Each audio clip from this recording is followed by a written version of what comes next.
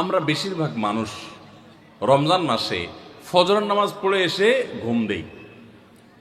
আপনার যদি রাতে ঘুম না পুরে আবার দিনে ডিউটি থাকে, ঘুম একটু যদি যাওয়াই লাগে, তো ফজরের পর পর ঘুমাবেন না। আলহামদুলিল্লাহ, আমাদের বাসায় আমরা এটার প্র্যাকটিসটা প্রতি বছর খুব হার্ডলি করার চেষ্টা করি। ফজরের পর পর কোনো ঘুম নেই, ফজরের পর একটু কোরআন তেলাওয়াত করেন। প্রথম প্রথম চোখ ভেঙে আসবে, কারণ আপনি ভোর রাতে উঠছেন, অভ্যাস নাই, তো যাতে চোখে ঘুম না আসে সেজন্য নানান বুদ্ধি বাইর করেন, করে ঘুম দূর করেন, একটু উঠবস করেন। ওই টাইমে বসে ফজরের পরে আপনি তেলাওয়াত করেন, জিকির আজকার করেন, সকাল সন্ধ্যার দোয়াগুলো পড়েন, এটা দোয়া করেন, রমজানের কিছু আমল করেন। এশাকের নামাজের ওয়াক্ত হয়ে গেছে, 2 রাকাত নামাজ পড়ে এরপর আপনি পারলে দরকার হলে শুয়ে যান, কিন্তু ফজরের পর পর শুয়ে যাবেন না। এটা একটা ভুল, কারণ নবী করিম সাল্লাল্লাহু আলাইহি সাল্লাম সকালের এই সময়টার জন্য দোয়া করেছেন, আল্লাহুম্মা বারিক লি উম্মতি ফি বুকুরিহা, আল্লাহ আমার উম্মত জন্য সকালের সময়টাতে বরকত দান করুন। আর ওই সময় আপনি ঘুমায় থাকছেন। তো রমজান মাসে আমরা এটা ভুল করি, এটা আমরা করব না যথাসম্ভব। অনেকে রমজান মাসে সাহারির খাবার এমন ভাবে খায়, এক সময় আমরা দেখেছি ছোটবেলায় যে অনেক মুরব্বীরা আছেন রাত 12টা 11টার দিকে উঠে সাহারি খেয়ে তারপর শুয়ে পড়েন।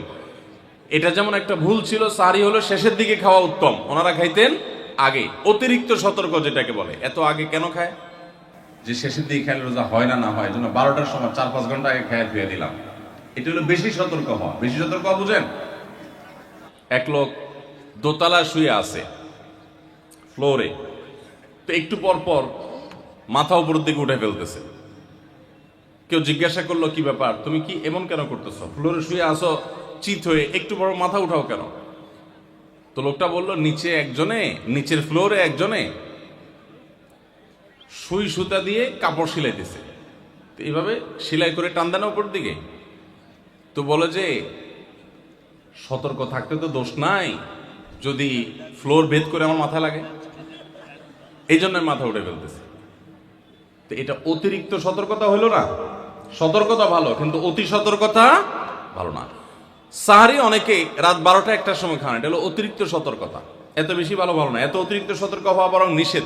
হাদিসে নবী সাল্লাল্লাহু আলাইহি ওয়াসাল্লাম আমাদেরকে সাহারি শেষের দিকে খেতে বলেছেন। এখন আরেকটা ভুল হলো, অনেকে সাহারি এত শেষে খান যে মুয়াজ্জিনের সাথে ওনার কম্পিটিশন হয়। মুয়াজ্জিন মাইক ধরে, মাইকের সামনে দাঁড়ায় মুয়াজ্জিন ঘড়ির দিকে তাকাতে তাকে টিক টিক টিক টিক আগাইতেছে কাটা। মুয়াজ্জিন প্রস্তুতি নিচ্ছে যে আল্লাহু আকবার করে হাঁক দিবে, আর উনিও ওইদিকে প্লেট হাতে গ্লাস হাতে খাবার খাচ্ছেন, ধুমায়া খাচ্ছেন, এবং কম্পিটিশনে লিপ্ত হয়েছেন যে মুয়াজ্জিন আগে আল্লাহু আকবার বলেন না তিনি আগে গিলে শেষ করেন। এরকম কম্পিটিশন হয় কি হয় না? বেশিরভাগ লোক, বিশেষ করে আমাদের যে কোনো কাজে আমরা একেবারে শেষ মুহূর্ত পর্যন্ত না ঠেকালে ভালো লাগে না। এই যে একদম আজান হওয়ার আগ মুহূর্ত পর্যন্ত খেতে থাকা, অনেক সময় দেখা যায় যে ভিতরে যাইতে যাচ্ছে আজান পড়তেছে, এখনো আমার গলার নিচেও নামে না, এদিকে আল্লাহু আকবার শুরু করে দিছি, আল্লাহু আকবার শুরু করতেছে, তখনও চাপাই দিছি, এবার ফালাই দিছি। দেরিতে সাহারি খাওয়া সুন্নত, এর মানে এই না যে এত দেরি করবেন যে মুয়াজ্জিনের সাথে আপনি চোর পুলিশ খেলাবেন। এত দেরি করা এটা অবশ্যই সুন্নাহ নয়।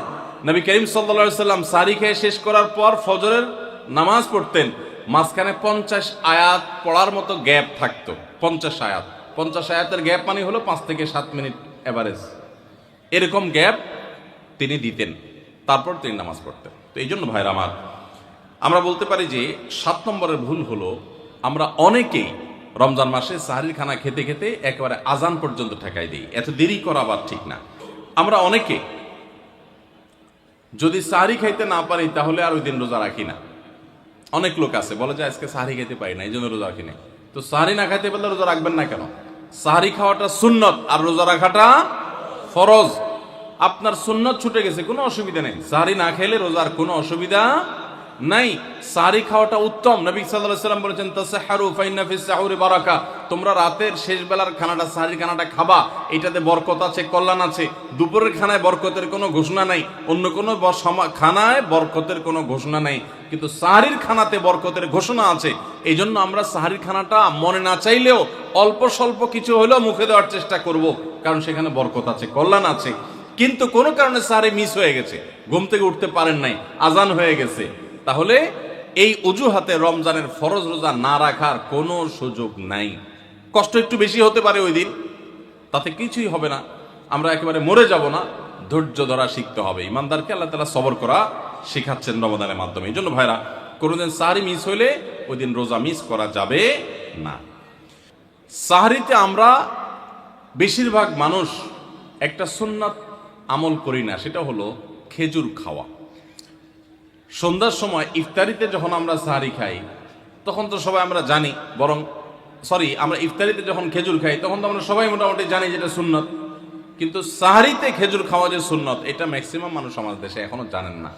নবী করিম সাল্লাল্লাহু আলাইহি ওয়াসাল্লাম বলেছেন, নি'মা সাহুরুল মুমিনি আত-তামার, ইমানদারের সবচাইতে উত্তম সাহরি হলো খেজুর। আপনি ভাত খান, ডাল খান, গোশত খান, মাছ খান, যাই খান, এক পিস খেজুর আপনি যদি অন্তত সাহরিতে খান, তাহলে এটার কারণে একটি সুন্নাত জিন্দা করার সওয়াব পাবেন। খেজুরে প্রচুর পরিমাণ এনার্জি, খাদ্য শক্তি থাকে, এটা আমাদের জন্য নানা দিক থেকে উপকারীও বটে। এই জন্য ইফতারিতে আপনি খেজুর খাওয়ার কথা জানেন, অথচ হাদিসে শুধু ইফতারিতে না, সাহরিতেও খেজুর খাওয়ার নির্দেশনা দেওয়া হয়েছে। এই জন্য এটা একটা ভুল যে আমরা অনেকে সাহরিতে যে খেজুর খেতে হয় এটা জানি না। সাহরির সময়, ভোর রাতের সময়টা হলো দোয়া কবুলের সবচেয়ে মোক্ষম সময়। 24 ঘন্টার ভিতরে দোয়া কবুলের সবচেয়ে আদর্শ সময়, যে সময়ের দোয়া কবুলের সম্ভাবনা সবচেয়ে বেশি, সেটা হলো ভোর রাতের সময়টা। আল্লাহ সুবহানাহু ওয়া তাআলা ডেকে ডেকে বান্দার ক্ষমা ঘোষণা করেন, বিপদ আপদ দূর করেন, অসুখ বিসুখ দূর করেন। এই সময়টা হলো রাতের শেষ প্রহর, ফজরের আগের সময়টা, তাহাজ্জুদের সময়টা। 11 মাস ধরে আমরা নানা ব্যস্ততার অজুহাতে আমাদের তাহাজ্জুদ পড়ার সুযোগ হয় না, ভোর রাতে ওঠার সুযোগ হয় না। ভাইরা আমার, রমাদানের মাস, আপনি তো সাহরি খাইতে প্রায় প্রতিদিনই উঠছেন। আপনার যেহেতু সাহরি খাওয়ার উদ্দেশ্যে উঠাই লাগে, তো আপনি কেন এই মাসে সাহরির সময়, ভোর রাতের এই সময়টাতে যখন আল্লাহর সাধারণ ক্ষমা ঘোষণা করেন, ওই সময়টাতে আপনি কেন শুধুমাত্র খেয়ে পরে আপনি মসজিদে চলে যাবেন ফজরের জন্য? অবশ্যই আপনি সাহরি খেতে উঠলে 2-5 মিনিট সময় বের করে বিশেষভাবে আল্লাহর কাছে দোয়ায় মনোনিবেশ করবেন।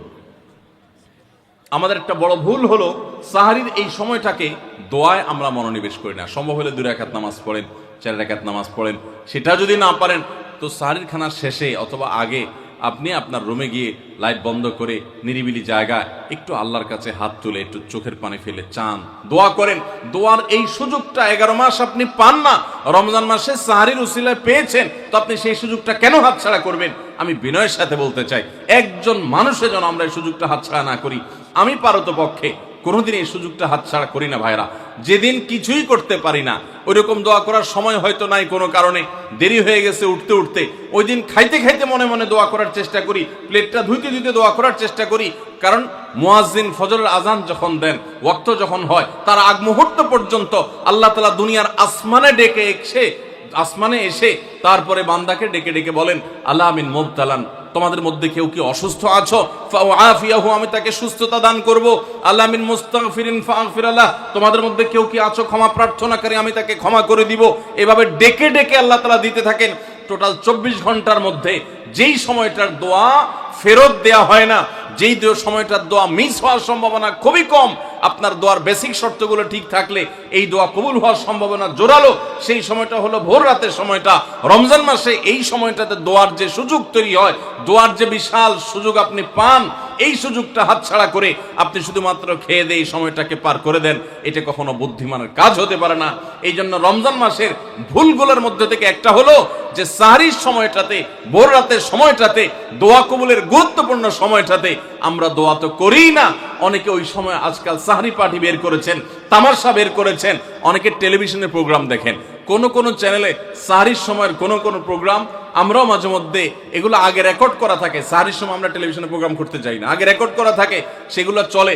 এগুলো হলো তাদের জন্য যারা টেলিভিশনে হারাম জিনিস দেখবে, ওই টাইমটাতে সে যেন হারাম জিনিস না দেখে ভালো কিছু দেখে। আপনাদেরকে আমরা বলবো, কখনো ওই ভোর রাতের ওই সময় ইসলামিক প্রোগ্রামও দেখতে যাবেন না। আপনি ওই সময়টাতে আল্লাহর সাথে কথা বলবেন, ওই টাইমটা ইবাদতের সময়, ওই টাইমটা দোয়া এবং রোজাদারির সময়। আমরা বেশিরভাগ মানুষ এই ভুলটা করি যে রমজানে আল্লাহর কাছে পাওয়ার এই বিশাল সুযোগ আমরা হাতছাড়া করে ফেলি।